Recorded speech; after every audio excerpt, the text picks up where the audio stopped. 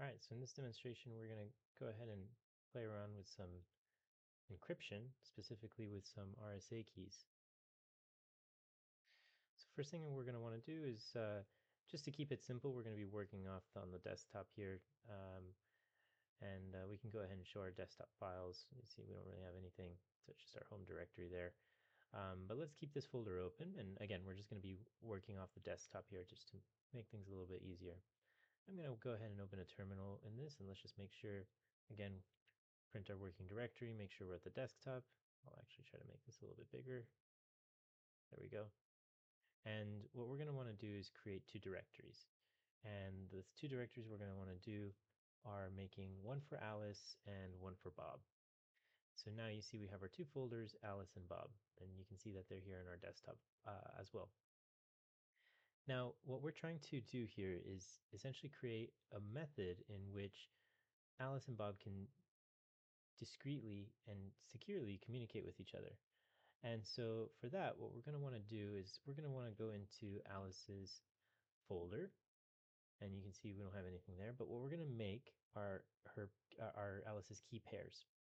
And the way we're going to go about doing that is by using OpenSSL and specifically establishing a command here that's going to allow us to generate the key pair using the RSA algorithm, and it's going to output two items here. The first is going to be, or excuse me, it's going to output one item first. It's going to first be their private key, all right? And then after that, the next one we're going to want to do is to be able to create their public key. So the way this works is Alice, all right, is going to keep the private key private, and that's going to be secret. The public key is something that Alice can share. So now what we're going to want to do is do the same thing for Bob. So in this case, we're going to go over to Bob's folder here, and in our terminal, let's make sure we change over to Bob. And from Bob's, what we're going to do is the same thing, except this time we're just going to be naming the keys for Bob. So in this case, we're going to go ahead and put in Bob's private key, and then we're going to be putting in Bob's public key here. So now we have Bob's private and Bob's public key.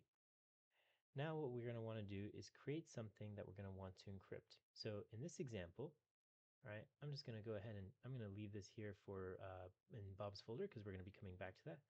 But let's go to Alice's folder. Let's open a new terminal here. We're going to be operating with Alice. I'm just going to increase the view there. Perfect. And what we're going to want to do is essentially just create a secret message. So let's go ahead and just create a nice discrete message with Alice saying hello to Bob. So we're going to echo, hello Bob, this is a secret message from Alice, and it's going to be a TXT file. So now if we open this, all right, here we can see our secret message. Hello Bob, this is a secret message from Alice. Fantastic. So now if we want to make this secure and send this communication over to Bob, well, we're going to have to encrypt it in some format, right? Because since Alice is sending the message to Bob, she'll need a way to encrypt the message using Bob's public key. And so what we're going to do essentially is we're going to grab a copy of Bob's key, give it to Alice, so that way Alice can encrypt the message and send it to Bob. In this way, the only person who can read it is going to be Bob. So for this, what we're going to want to do is we're going to copy Bob's public key and put it into our directory here so that Alex can use it. All right, so let's just go over here to Bob. We're going to copy his public key. Let's go back to Alice's folder, and we're going to put in Bob's public key.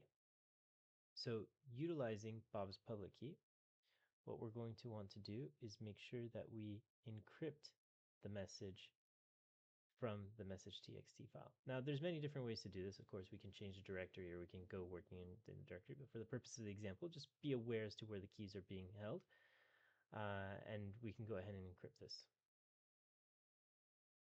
So we're going to run this, and you can see now we have the clear text message, all right, and then we have the ciphertext message. So this is what the clear text message looks like, and this is what the ciphertext message looks like. And you can see it's just a bunch of gobbledygook there. So essentially, the only way that this can be decrypted is by using Bob's private key. So let's go back here, And what we're going to do is, now that the message is encrypted, right, only Bob's private key can decrypt the message. So in order to decrypt the message in Bob's private key, so let's go ahead and just grab the encrypted message, and we're going to drop it into Bob's folder here. So let's just say it's been sent over. Bob has the encrypted message key. Now, Bob won't be able to see the message whatsoever unless Bob uses their private key. So let's go back to the terminal here for Bob. We're going to go ahead and put in the command so that we can go ahead and use Bob's private key to decrypt the message. And there's going to be our decrypted message here. So now when Bob opens this, you can see that, yes, hello Bob, this is a secret message from Alice. And so in this way, we're able to ensure that, hey, this message is indeed from Alice. And in fact, that only Bob was able to read it.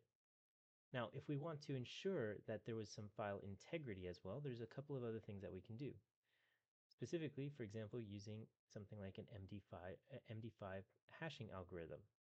So for example, here in Alice's file, right, if we go to Alice, remember we have our message text. And then after that, for Bob, we have the decrypted message text. If we want to make sure that they're valid, we can use an MD5 sum to ensure that the message is indeed integral. And that's where we can use something like the MD5 hashing algorithm.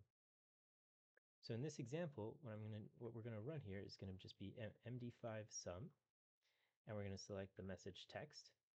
And you can see it gives us a hashing algorithm for that text. Now, if we go over to Bob's folder, and if we do the MD5 sum for the decrypted message, notice how our hashing algorithm is the same. The values are exactly alike.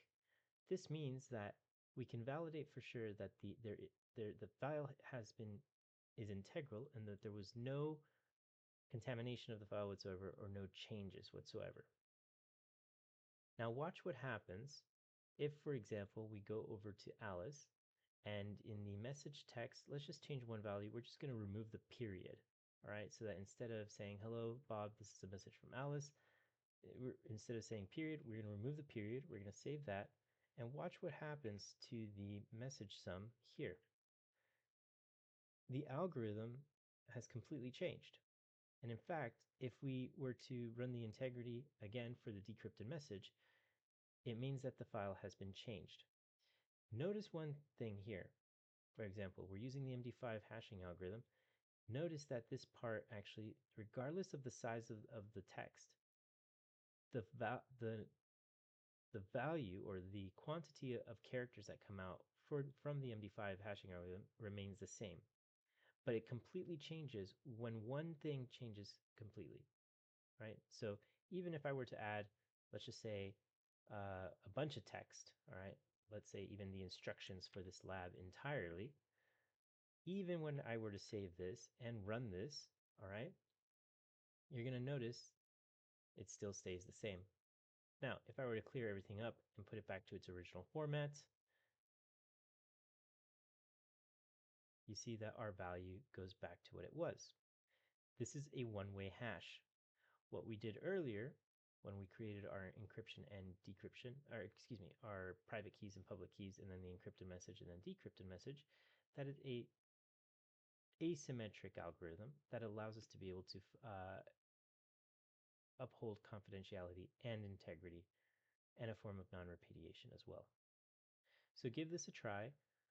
Instead of you can follow along with Alice and Bob, but if you want, you can have a partner in class and you can create a secret message that are using each other's public keys, or again, just in your own terminal here in your own virtual machine, go ahead and give this a try.